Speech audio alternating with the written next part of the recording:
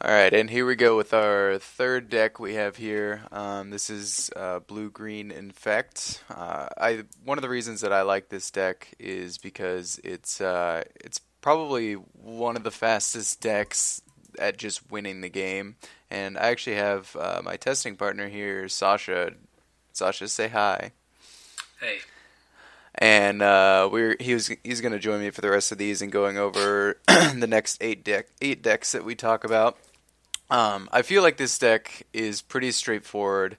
You're just kind of using the best infect creatures that you have access to because there aren't a ton of them. You're using the best pump spells that you have. The addition of Noble Hierarch is something that I highly approve of. The Exalted is a big deal, and being able to get that extra mana and the fact that it taps for both colors that you need, and even allows you to pay for the white with Apostle's Blessing, which is kind of cute. Um, but yeah, Sasha, what do you think about this deck?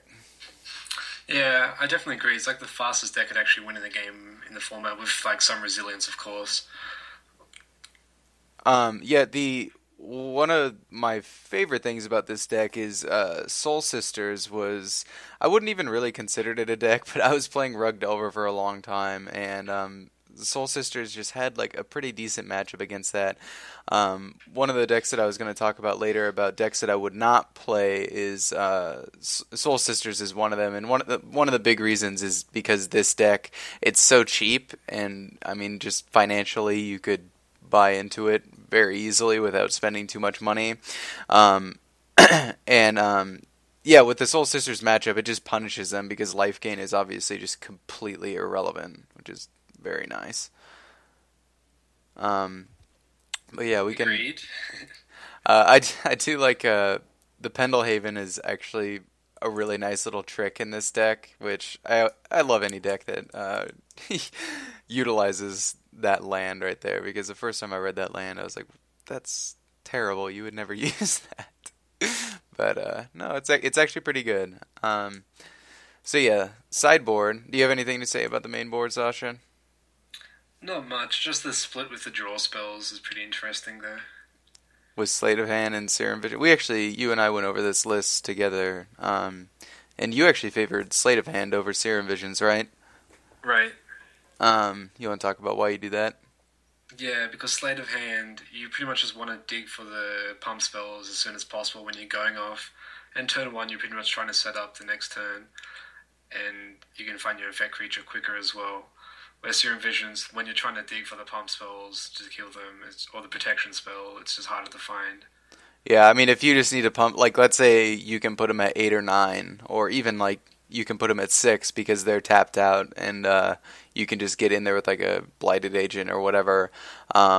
Sleight of Hand allows you to see 2 cards, whereas Serum Visions you really only it Serum Visions is way better at just setting you up for your next turn.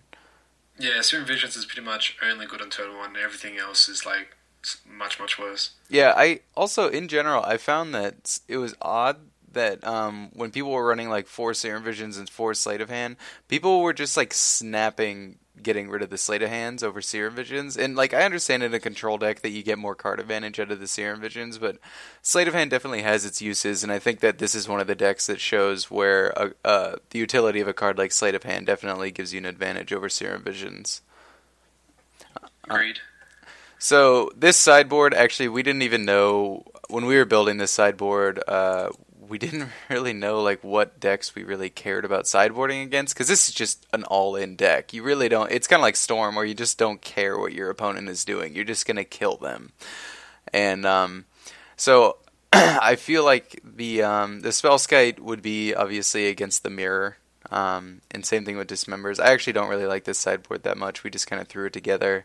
And then you kind of have some extra spells just to like protect your dudes. And then Nature's Claim is obviously a catch-all and um, kills opposing Spellskites because people who side in Spellskite against you, it's a big deal. It's it's not fun when you're trying to pump your dude up and they can just redirect everything with their Spellskite. So having, I guess, access to the Nature's Claim and the Dismember deals with it as well. And then you have one more dude there, I guess. But that's about it. It's a pretty straightforward deck. Right, like the only cards it really cares about are like opposing spell skites or like rule of laws. You can't like triple pump or something like that. Yeah, some of the versions were really cutting back on the Apostles' Blessings and Ranger's Guiles, and I love Apostles' Blessing just because it's one mana and it makes your dude unblockable or gives it protection from something, and it's it's just an easy way to like you get in there for like six, and then the following turn they have like a Goyf in the way or something of your Glistener Elf, and just naming proc green is really useful. But yeah, that's it for Infect. Very cheap deck. If you're looking for a cheap, fast, easy to play aggro deck to join in with competitive modern, then this is one that I would pick up.